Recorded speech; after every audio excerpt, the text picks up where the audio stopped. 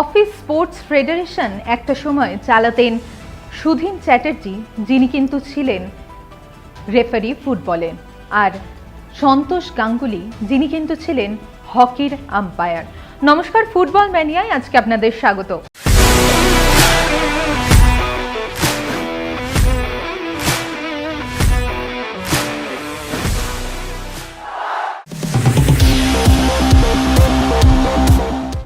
Football ম্যানিয়ায় আজকে আপনাদের পিছিয়ে নিয়ে যাব খানিকটা ইতিহাসে, 70, 80 এবং 90 দশকে।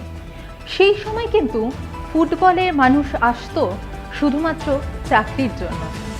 আমরা হয়তো অনেকেই শুনেছি আমাদের দিদা দাদুর মুখে যে ভালো স্পোর্টস পার্সন হলে একটা ভালো সরকারি চাকরি পাওয়া যেত সেই সময়।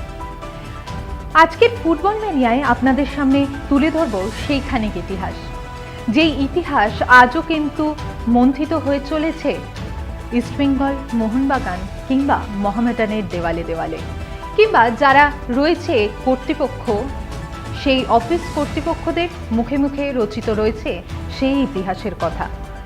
আগেকার দিনে কিন্তু ফুটবলাররা আসতো বেশিরভাগই চাকরির জন্য, হয়তো রেল কিংবা ব্যাংক, যে কোনো সরকারি চাকরি পাওয়ার জন্যে স্পোর্টস পার্সনরা এগিয়ে আসতো।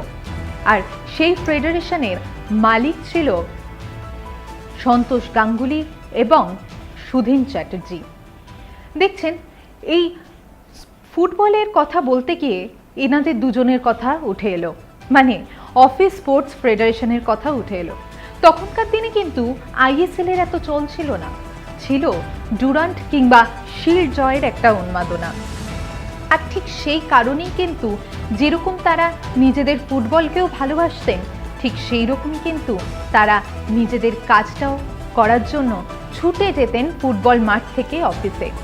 ফুটবল খেলা শেষ করে মাছের ঝোল, ভাত এবং দই খেয়ে তারা ফুটবলের মাঠ থেকে সরাসরি চলে যেতেন অফিসে। ছুটতেন বটে, কিন্তু অফিসে গিয়ে কোনো কাজ করতে হতো না তাদের। তার কারণ ইস্টবেঙ্গল, মোহনবাগান এবং মোহামেডানের কিছু সমর্থক মানুষ থাকতেন যারা মেইনলি তাদের কাজগুলো করে দিতেন, আর অফিসে ঠিক সময় স্যালারিটা ঢুকে যেত এই ফুটবলারদের অ্যাকাউন্টে। ঠিক সেই কারণেই কিন্তু টোপ হিসেবে ব্যবহার করা হতো এই সরকারি চাকরিগুলোকে। আর এই যে সরকারি চাকরিগুলো তারা কিন্তু পেতেন এই স্পোর্টসে।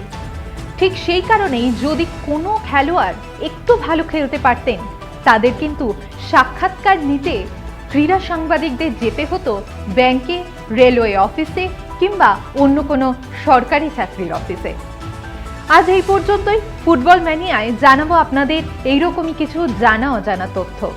আপনারা নজর রাখুন বাংলার পালস টিভির ইউটিউব এবং ফেসবুক পেজে।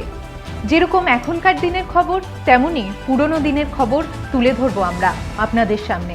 বেল আইকন প্রেস করতে একদম ভুলবেন না।